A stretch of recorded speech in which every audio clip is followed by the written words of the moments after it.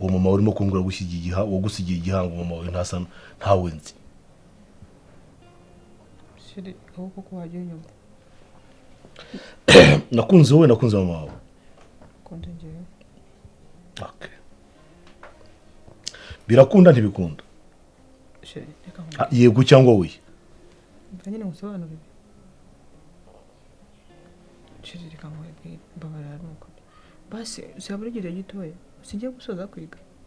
kubera icyumba ko twakora amakosa nkaya ngaya waretse tukana urambwiye ngo ndi umugabo w'amafutu w'amakosa shiri nabyo mvuze nubwo nabetinyuka nyine urambwiye ngo ngira amakosa nko kuvuga ngo ndi imbwa ubwo ni nko kumbwira ngo nta kintu umaze ese waretse kumbeshya ko nabivuze nyine ubwo iminsi yose tumaranye none byari ukugira ngo n'undi ugire icyo wigereraho ubona ntacyo umaze uravuze ngo ndi imbwa ubwo ni nkaho wakamwe ngo ndi inturi ngo ndi igicucu waretse kumbeshya ariko kubyo nabivuze nubwo ngena nko kumbwira ngo ndagapfa biswe ngiye nkubwira ko abantu mfite n'uwanyize umbwire ngo ndi imbwa ubu sari umurizo mfite inyuma yanjye hano ku runge n'umurikira biswe ko nerubwo shiri kambaze tuganira nta kintu turimo kuganira tega amatwi nyumve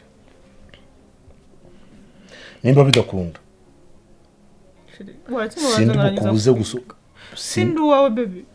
arana renda kujya wamba barenga banza ngasoza kwiga neza uko mbwiye ngo ndagapfa ubu ndamutse mpfuye n'ubundi njye ndabivuze njye ndigize mvuga ngo ndagapfa nuko nubundi uretse kubeshyira ariko baburetse nye nuko nubundi icyo gihe ushobora kukindindiriza none n'uwo munsi wazagera nkasanga nta kintu nibashirije nese waretse nkagerageza byibuze